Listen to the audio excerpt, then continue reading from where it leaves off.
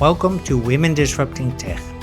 My name is Dirk-Jan Upkes, and on this podcast I give the women who work in tech the platform they need to inspire and empower each other. Join me on a journey into the world of entrepreneurship, funding, biases and role models to discover the strategies for success in the tech industry. In other words, how women can disrupt tech. Are you ready to listen?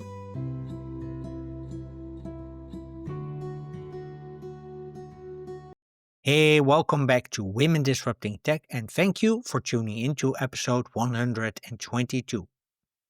You probably know that scaling your company too soon can weaken your mission and your product. But did you know that sometimes scaling is not even done by adding more features or people? Meet Arosha Brouwer. She is the co-founder of Quan and now also the Chief Impact Officer at TrueTribe. You may have heard her before on episode 3 and 49, sharing her founder journey, and in this episode she returns to share how exiting to TrueTribe helped her scale the impact of Quan's workplace well-being solution. In this episode of Women Disrupting Tech, Arosha shares 3 important learnings from her female founder journey. First, you'll learn why scaling to become an end-to-end solution was never the right way to grow for Quan. Second, you'll discover how she preserved the mission and impact of the solution she had built. And third, you'll hear what expectations came with getting a platform and funding as a female founder. My takeaway from the episode? An exit is not the end of the story. It's a great way to continue your legacy. So when you're ready to listen and learn how Arosha scaled workplace well-being with impact and integrity, please welcome back to Women Disrupting Tech, Arosha Brouwer. So, Arosha Brouwer, welcome back to Women Disrupting Tech. Welcome for your to your third. It's the third episode we're having you. So good to have you. So tell us all about your new position at TrueTribe as a Chief Impact Officer. Thank you. Thanks, Dirk-Jan, for inviting me back. I always enjoy our conversations, both on the podcast and off the podcast. Yes, it's a new world. My new role as Chief Impact Officer at TrueTribe. It's really close to, I think, why I commenced this journey, or the journey behind Quan, Mm-hmm. because it always was about impact. And when Micah and I first discussed what the title could be, it came down to, Arosha, tell me, what do you want to do with your time? What would you ideally like to do going forward? And I said to her, it's always been about impact for me. It's always been about solving a real problem, suggesting the most relevant interventions to people, and then being able to measure if it's working or not. And, this is a societal problem that we've undertaken to solve. And for me, it's about whether or not the solution that we've brought to market is working. And she said, well, that's simple then. Should we not just have you as a Chief Impact Officer? Well, that's, It's also cool that she asked you what you wanted to do with your time, that she wanted you on the team no matter what. And I think that's also a really powerful testament to who you are and what you've built with Quan.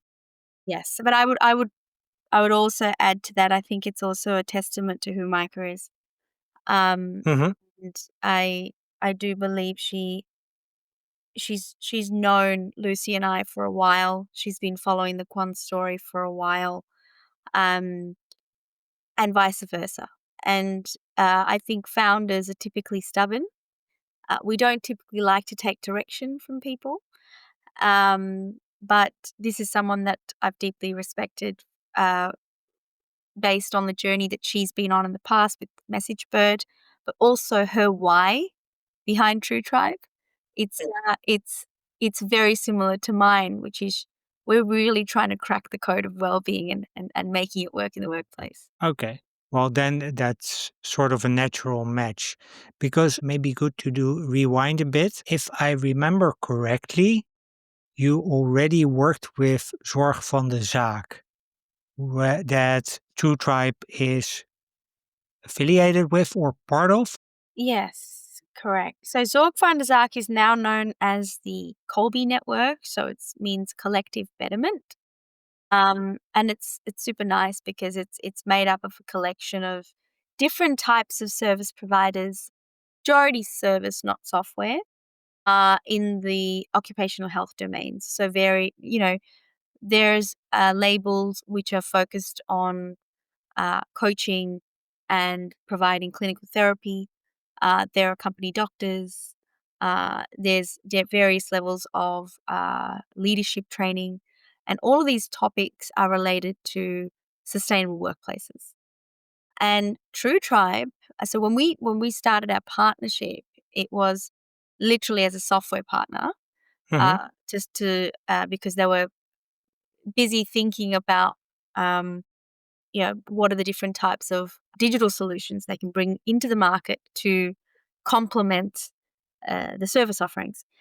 And through that journey, TrueTribe was formed, which is an entity of the Colby Network.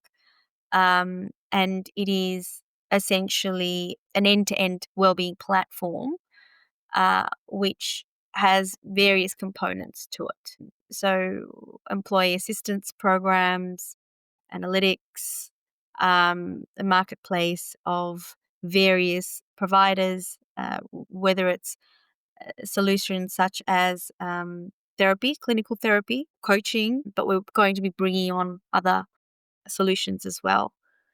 So it's got various components to it, and this is, if you can think of it like the digital layer to what's essentially been services. Yeah. And it's also taking, if I hear you correctly, a lot of services that are now traditionally offline, like therapy, into the online world, but also bring them straight into let's say, occupational health domain. Yes, yeah, exactly. And one of the things that I failed to mention, but is a very, very important point when we think about the True Tribe offering, is absence management, but using historical data to predict what might be happening in a workplace and thereby being better placed to offer interventions to reduce that.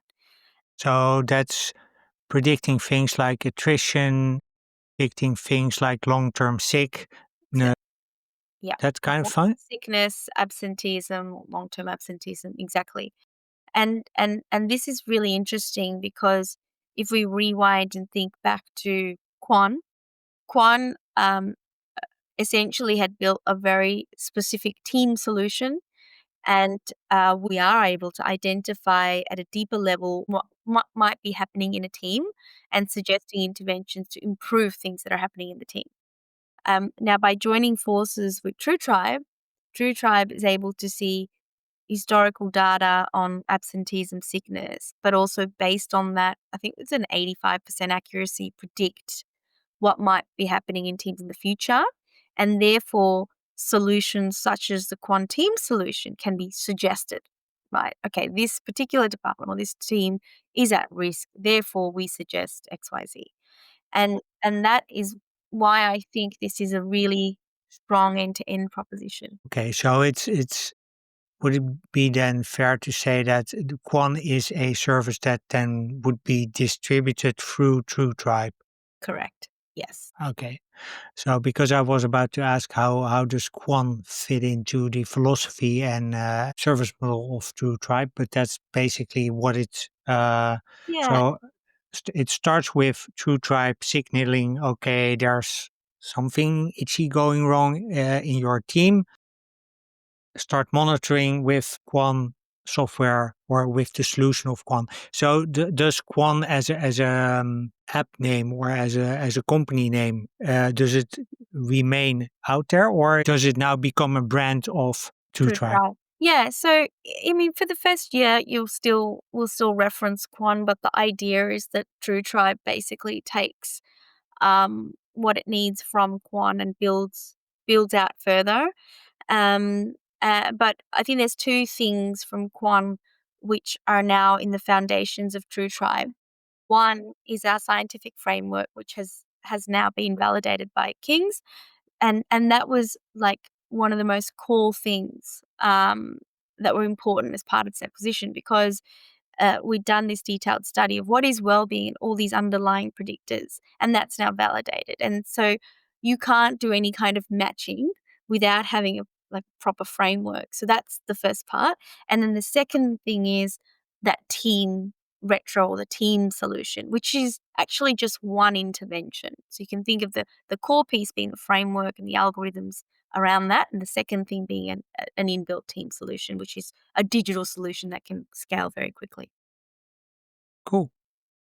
So how was this whole process? How did it work? So at some point you start working with Zorg van de Zaak, now the Kobe network, and how does that evolve to what I think is an acquisition? Yeah, yeah. And this is, I don't know if we've talked, I think we did talk about this in our last podcast, which is it's not just what you know, but it's who you know. And, obviously over the last year, I've talked to a lot of people around acquisitions and, mergers and all sorts. And what I've really come to learn about acquisitions is uh, it is about who you know. And especially if you're an impact founder, you don't just sell your company. You really do it for a reason. And in our case, it was about scale, and it was super important for us to align ourselves with a company that had the same mission as us. That is the most important thing for Lucy and I. It's 5 years of super hard work. It's our legacy, and it's not just Lucy and I, but also everybody else that's been involved. And we've been talking a lot in the market about well-being and being able to measure it. And so, and the importance of that. And the market really responded to that. That, we got a lot of media coverage for that. And so we felt that we needed to find a way to continue that message, and only with a company that had the distribution and reach but was 100% aligned. And so, as part of the collaboration with Zorg van der Zaak, then named Zorg van der Zaak, it was very, very clear that within this network, um, health and well-being is a priority. It's seen in all the activities and events that they do. It's seen in the messaging. Um, if I look at the individual labels of the Colby network, the directors typically have 20, 25 years experience in mental health, various doctors. There's actually one lady who runs I Mind Life that's studied theology. She was a priest. So I find myself surrounded by super smart, purpose-led people that truly prioritize health and well-being. Mhm. Um, and then, of course, there's a the range of doctors. And so this commitment to the topic and science was for me and Lucy incredibly important. And that was the first thing we need to establish before thinking about do we want to be part of this network, right? And so the conversation around acquisition probably started um, about a year ago, and then serious steps started probably in December, January, I'd say. So it's quite fast, 6 months. Um, but it was getting to know each other, understanding what we wanted to do independently. I mean, it was like, what does TrueTribe want to do? What does Quan want to do? What does Lucy want to do? What does Arosha want to do? What does Mike want to do? Mm. So we had all these layered conversations, and we took the time to really understand all of that and obviously involve our investors in those conversations. And we had huge support. I have to really thank my investors for thinking along and being super helpful. Can you give an example of thinking along? Yeah, I mean, when the question of, okay, who would we want to partner with came up, um, just, very clear with this makes sense for us for these reasons. And there are certain types of pathways we weren't willing to take. And there was no question about that. And our investors have trusted the decisions we've made. Um, and I'd like to believe that it's because of the integrity that we've demonstrated for the last 5 years. And so it's with transparency and integrity and respect that we've had conversations. They've helped on various aspects, whether it's reviewing documents or just asking us questions to understand the deal better, right? But it always came from a place of how do we ensure the mission of Quan is prioritized, and how do we ensure that you as founders, but also your team, have what you need. And that for me has left a really warm and fuzzy feeling. Yeah, no, I can imagine. Right? Which not every exited founder can attest to. No, no, I mean, it's really powerful if you can go into a process from a place of, okay, we just trust the outcome Yeah. because we trust the people. Yeah. Because essentially that's what I'm hearing you say, right? 100%. And I mean, of course, there were questions and we've had many conversations, but I don't think that was ever a question mark. I was certainly not made to feel that way. And so for that, I need to thank my investors. Yeah. So just let's just rewind a tiny bit because I was wondering at what point did you become convinced like, okay, if we want to prolong the life of Quan, we need to go the acquisition route and not the independent route. So what triggered that? I think about 2 years ago, when the market started to shift, we started to see a difference in the appetite Hmm. of our previous buyers. Now, luckily for us, we already had a proven solution. We had a net revenue retention of 120%, and we had a few big logos which were expanding. So we knew what we built was working. But the question is how do we now replicate it? And it was becoming increasingly harder for us to. I mean, what we'd learned was that we'd built a very, very unique, deep solution, but it was not an end-to-end standalone. And so we need to be part of something, right?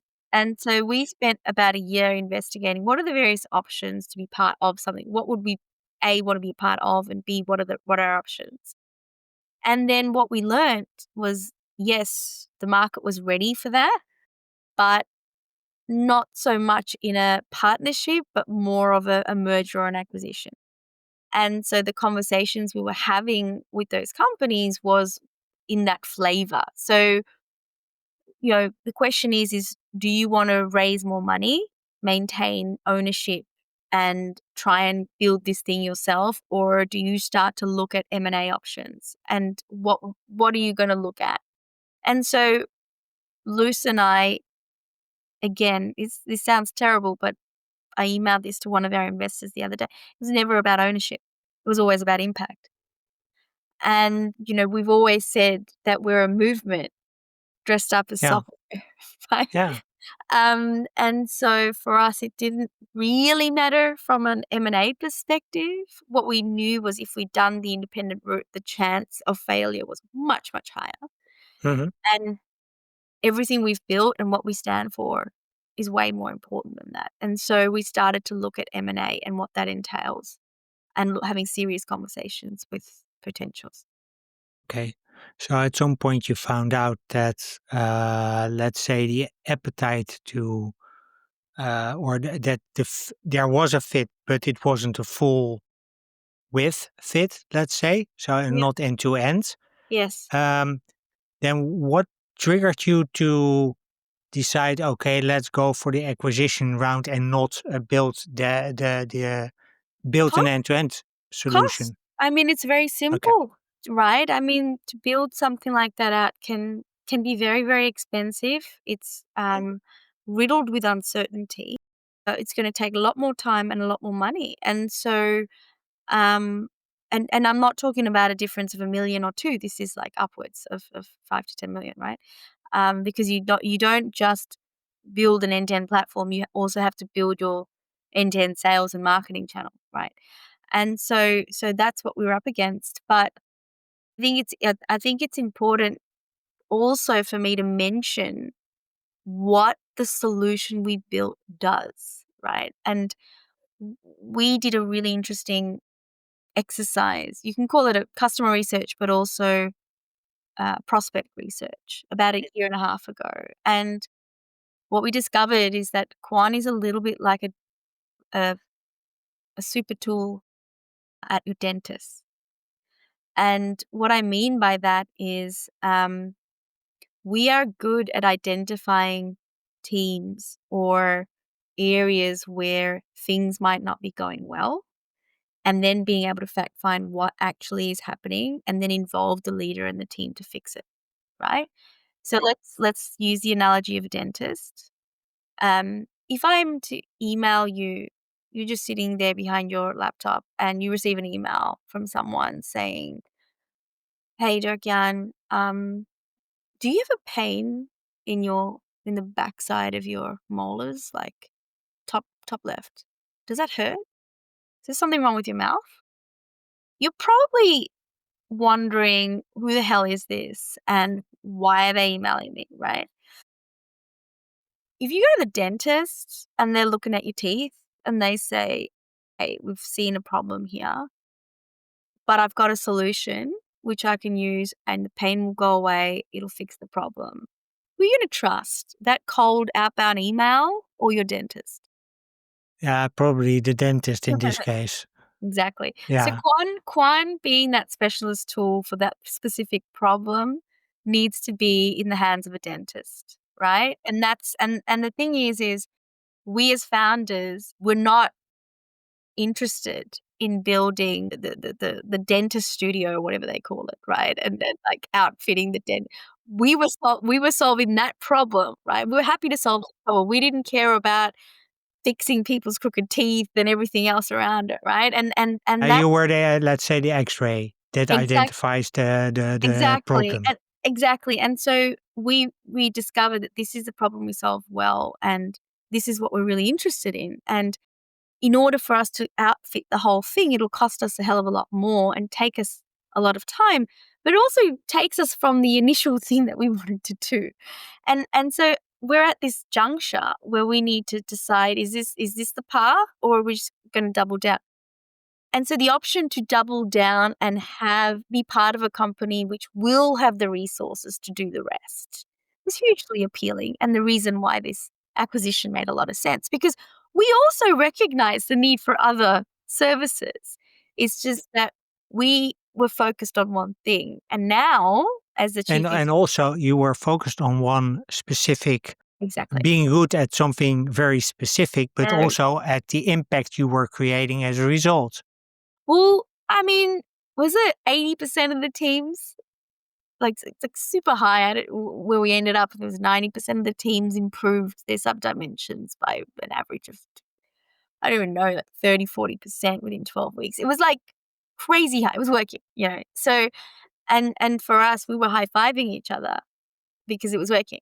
And so we didn't want to water that down. No, I understand. If something is working, you want to keep it working and also improve that part that you're really good at. Yeah. And when you have a certain size of team or resources, one thing that we learned, I don't know if it was from YC, but just along the journey, is you can, as a startup or a scale up, smaller company, right, less than 20 people, you can't do everything, right? So if you're not focused, you could die in the process. And so for us, it was about, what do we focus on? What do we want to double down on? And this is ultimately what it was. Yeah. And how do you preserve your legacy? And that's by staying alive and then becoming part of a bigger organization Yeah. that solves the end to end problem. The end, exactly. That solves the end to end. And then all of our knowledge, and I think this is what was also interesting for the Colby Network or for TrueTribe specifically, is the knowledge and insights that we bring from 5 years being in the market and building in the market. Because it's not that we haven't noticed what's happening on the periphery. On the contrary, we've seen all of the movements. And so we come in with a real kind of view of, okay, these are really great players in the market and this is what makes them good. These are the things that we did not look at but we think are really interesting. And I think that makes also brings a lot of value. What new opportunities arise for Quan or for the software as a result of this acquisition? It's very clear distribution and reach. Yeah. Right. I mean, But also larger organizations than you've been yes, able to service so far? yeah, yeah. I mean that will come in the next few months, as we're sort of deep into the integration now. But it's just the brands and the reach is just that much bigger. You know, you can't go knocking on the door of some of these big logos as a startup. It just, I mean, not to mention any names, but I was talking to a bank. It's been more than a year, and I think we're Mm, getting finally ready to do a pilot. You know, and meanwhile the acquisition's taken place. You know, all of those relationships are already established here, and so it's much easier for them to say, "Hey, we've got this thing. Shall we turn it on?" You know, yeah. and that's infinitely different. Yeah, absolutely. The sales cycle is a lot shorter than also because you have people on the floor that Yeah, already have spotted the problem and who have yeah. already convinced the customer that they have the issue. So they might as well turn that on for, We uh, found our dentist. yeah, I'll Yeah, use that as a quote. yeah. We found, I love the analogy. Maybe not so appealing to most people, but in this case, it's very telling, I Makes think. sense, right? Yeah. Yeah. Um, so I want to shift gears a bit because a while ago we discussed, and I remember being in the gallery, and you told me something that really stuck with me for a long, long time. And that is that you felt the pressure to perform as a female founder of color. Can you double click on that for me? I think that, we all know the statistics that it's less than 2% of women founders that actually raise VC money in Europe. Um, and so Lucy and I are, you know, the, what do you call it? The lucky, I don't know, I don't like to use the word lucky. I think we're just part of that group. Let's call it the chosen one. Yeah, which is also not fair because there's plenty of amazing founders out there, women founders. And what I was saying to you when we spoke was those of us that have raised capital and or received media attention, whether we speak about it publicly or not, we feel the sense of responsibility to make our companies a success for the sisters that come after us, right? Because if it's already hard to raise, um, you you want more success stories so that it's easier for those after us to raise. And so when I was talking to you, I think it was going back almost a year and a half or maybe ago, times are tough. It's tough times. I said to you, Jan, Quan has to succeed because we stand for more than just us. And I mentioned this story. And that's what I was referring to. And I still stand by that. It may be, and I remember like other founders, even my investors saying, you don't need to carry that. Um, that's not your burden to bear. And I'm like, yeah, but if all of us think of that, then then then, then what's left, right?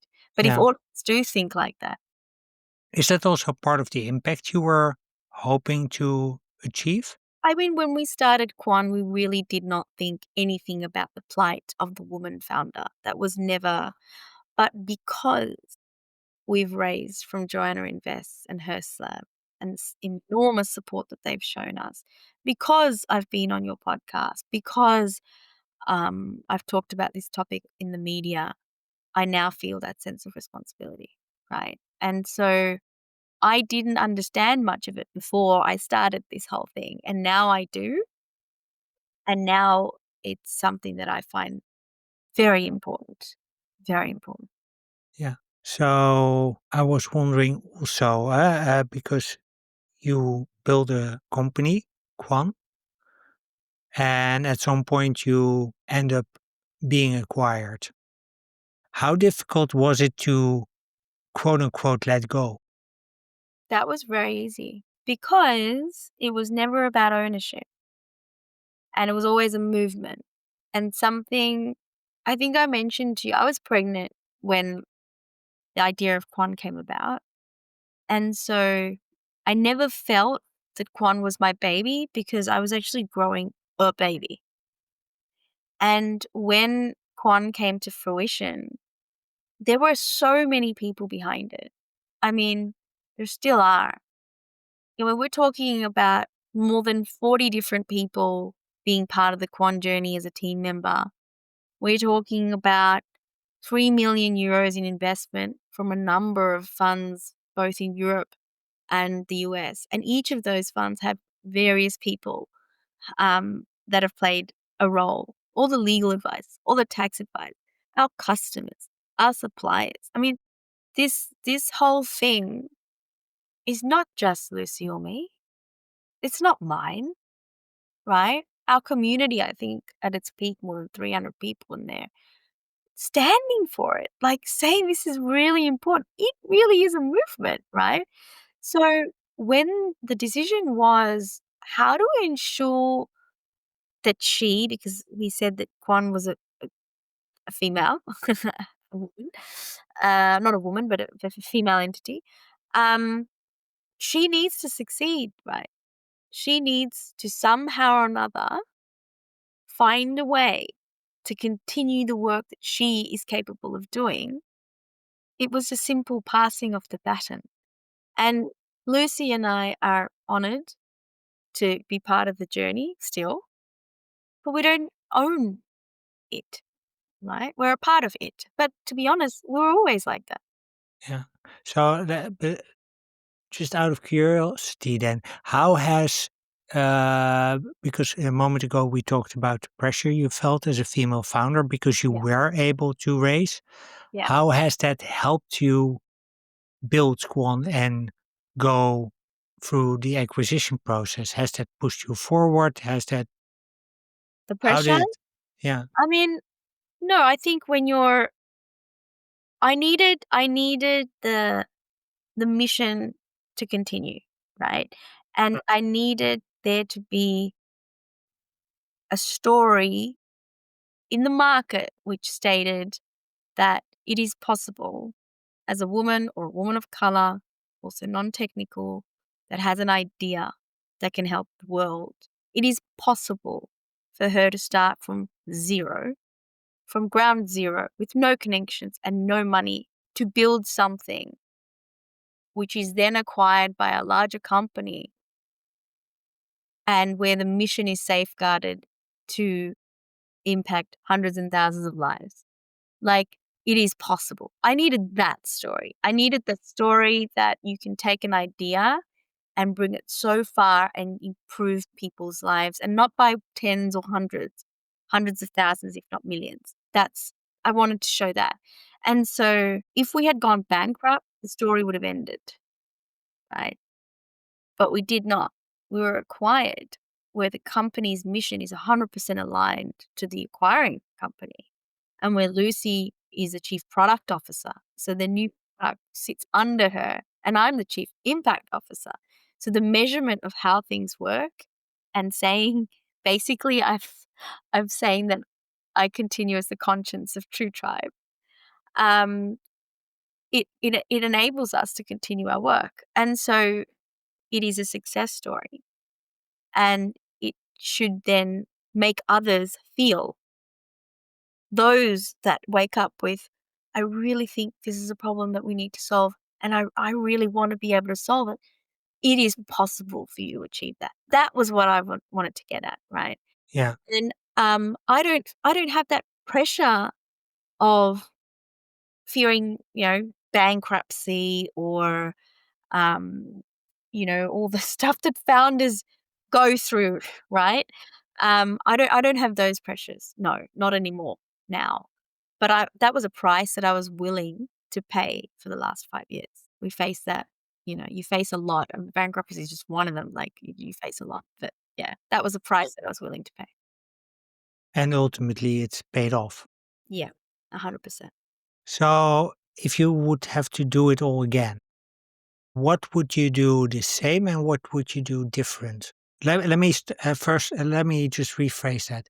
Would you do the VC route again? That's a good question. I think the VC route, what's important to understand, and YC makes it really, really clear.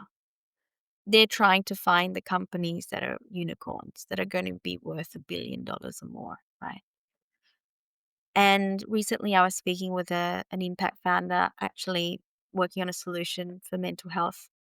And she was thinking about applying to YC, but then she outlined a couple of the initial principles, one of which she wanted to make it free. And was another one which basically meant the monetization and business model was going to be tough. And my word of caution was not to go through VC. And there are so many other funding options if you want to be a true social entrepreneur. Now, your question was, would I want to go down the VC route again? Firstly, I'm not thinking about founding anything anytime soon. If I was to, if I came across an idea that satisfies a gap in the market, monetization is clear. I need a lot of money to build it quickly, and then this could be $1 billion idea. And we have the technical co-founder. Yeah, sure, VC route, great. Right. But if I want to focus on sort of more social entrepreneurship or impact and take my time and do something differently, and I still need a little bit of capital, I might look more at grants or um, other funding opportunities through like corporate social funds and things like that. And that would be different. So it really depends on what problem I want to tackle and the kind of solution I want to build. I'm not going to talk bad about VCs, um, especially because when push came to shove, VCs respected our decision. But I think anyone that's thinking about taking VC money really needs to think about what is it they're trying to build, and what is why do they think it's going to be $1 billion solution, and it is capital. Yeah. And do you need the external capital to build it, or can you bootstrap it? And Exactly, exactly. And once you take VC money, I mean, they have their own LPs, right? They've yeah, also built a fund, and so it's annoying when they ask you for all these quarterly or monthly reports, but they're also trying to manage people, right? And so it's a process. So I think we just need to understand that. And that again was one of the biggest lessons that Lucy and I learned from YC was how to have healthy investor relations. And I feel that we did have healthy investor relations. We didn't always agree, right? We had okay. to, So let's double click on that. What is yeah. healthy? Healthy is just always with respect. And if you feel, and there have been moments where I felt disrespected, but it was a healthy relationship that I could bring that up and address it, Hmm. as I would with my life partner, as I would with Lucy, as I would with my team. So I feel that it was a healthy relationship because we had positive intent, open and transparent communication, sometimes not as transparent as I would have liked it. But in those moments, I could always pick up the phone and have those conversations. And we would have moments where things would sometimes get a little heated, but you'd find you'd find your way back. And I feel like the way that we've kind of concluded, and we're still continuing our has been super, super healthy because, the partners of these funds, the conversations that I've had, been hugely supportive. And yeah, so I feel like those are healthy conversations, and that's a healthy relationship. Yeah, I think so too. Yeah, yeah. Okay. So would it be fair to call the investors that you worked with allies? Yes, 100%. Yes. Okay, so who else were your allies on this journey? We have all of our early customers. I would say anyone that signed the contract.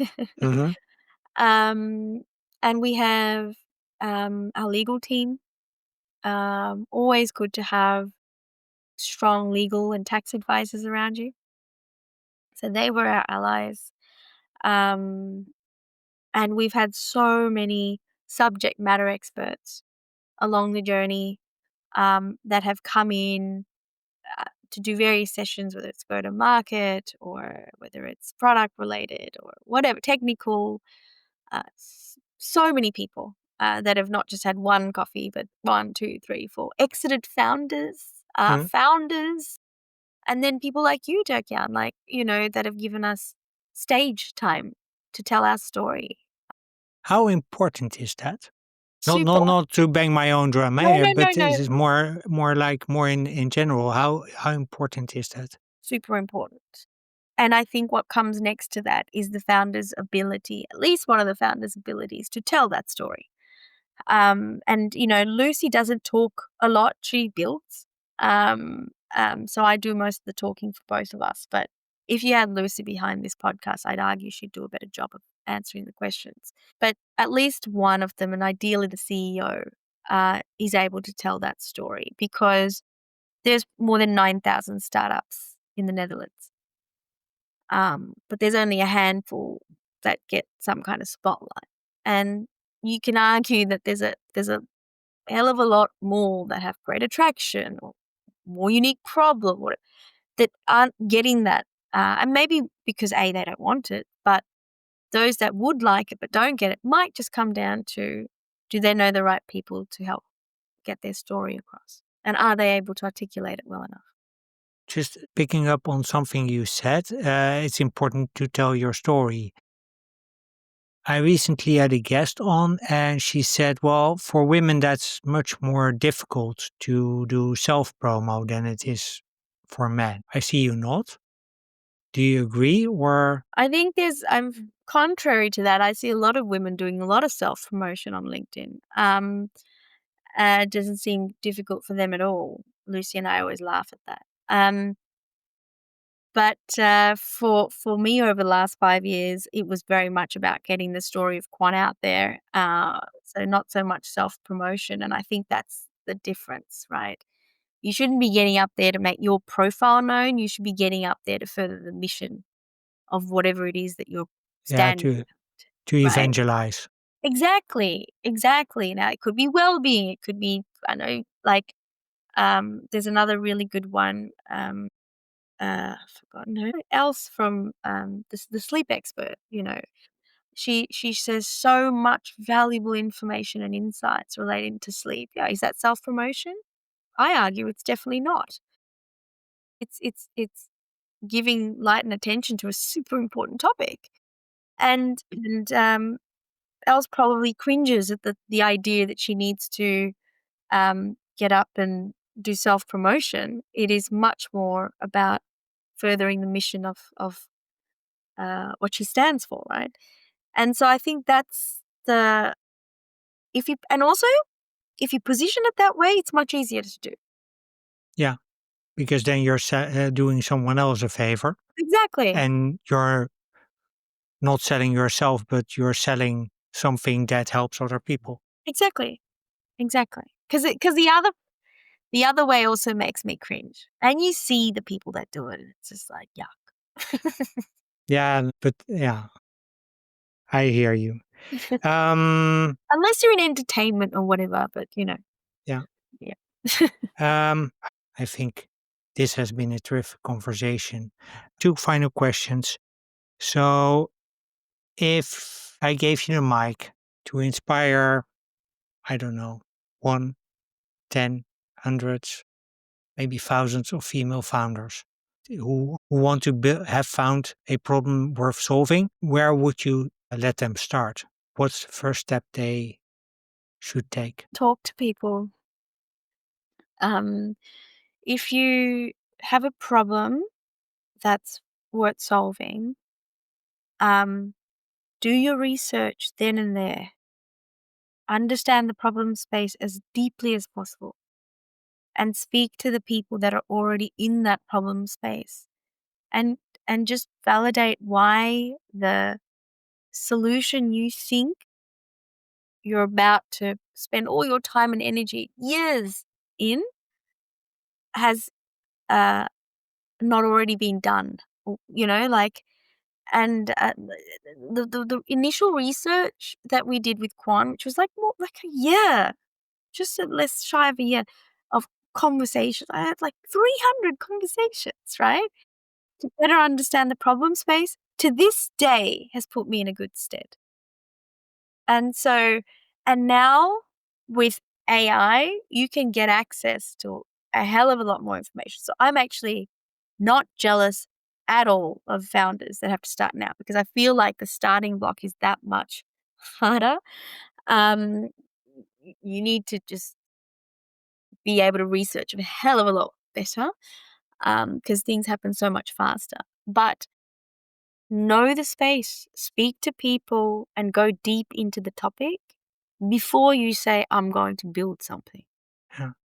And how do you balance, let's say, talking to people as we do right now versus doing AI research, which is like really quick? Yeah. No, there's limitations with AI. So I've noticed that myself. I think most people have, like, when you ask questions, it's not always correct. Um, it misses things.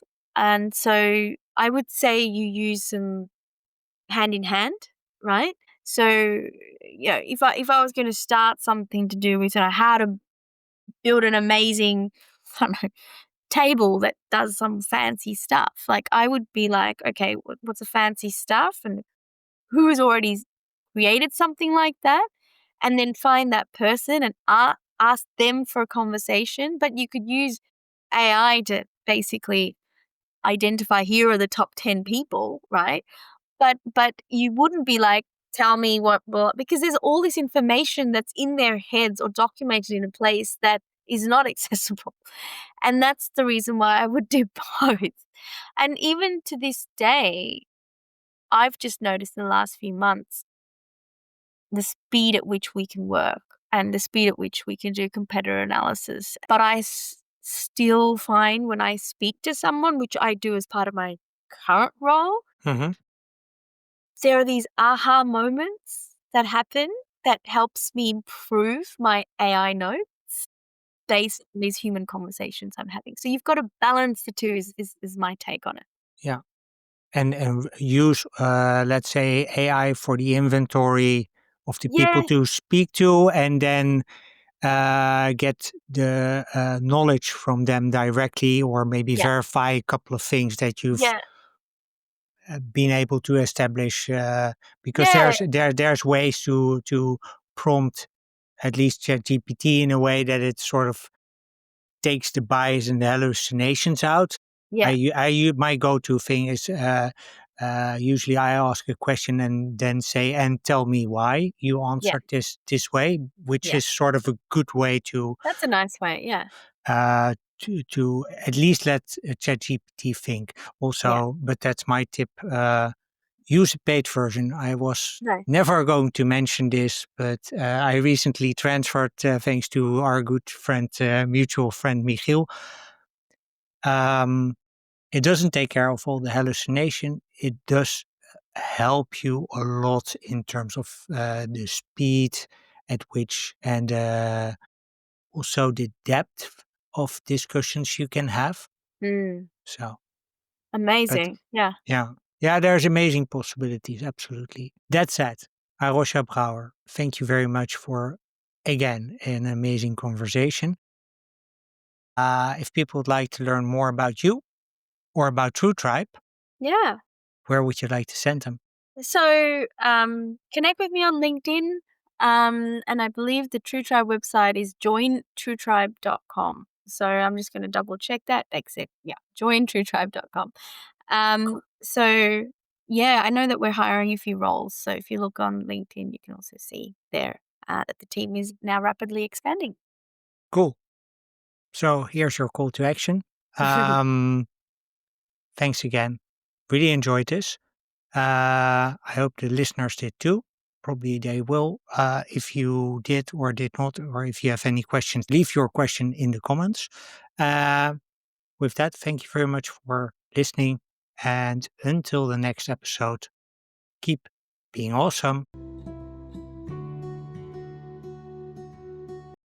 Well, that's it for episode 122 of Women Disrupting Tech with Arosha Brouwer on scaling workplace well-being with impact and integrity. Arosha and I hope that our conversation has given you inspiration for your own entrepreneurial journey. And if you have any questions for Arosha, please leave them on Spotify, Apple, or YouTube. I'll make sure you receive an answer.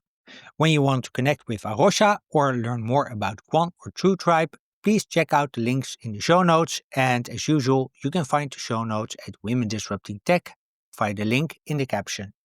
If you've enjoyed listening to this episode, please consider leaving a rating or a review on Apple or Spotify. Leaving a rating or a review helps new listeners find the podcast and supports my guests by giving them a bigger platform. If you're a regular listener, please make sure to follow Women Disrupting Tech on Spotify, Apple, Amazon, or YouTube. Following is a simple, zero-cost way to support Arosha and my other guests in closing the funding gap by the end of 2032. If you'd like to learn more about Women Disrupting Tech, please follow the podcast on social media. You can find us everywhere as at Women Disrupting Tech. You can also find us on Substack. On Substack, you'll find in-depth stories and behind-the-scenes insights from each episode, plus the trends that I've spotted across 122 conversations. So don't forget to subscribe to Women Disrupting Tech on Substack. Finally, if you want to connect with me directly, please reach out via email dirkjan@womendisruptingtech.blog or connect with me on LinkedIn. On LinkedIn, search for my name, Dirk-Jan Hupkes, and you'll find me. With that, I wish you a wonderful day. I hope to see you in the next episode. And until then, as always, keep being awesome.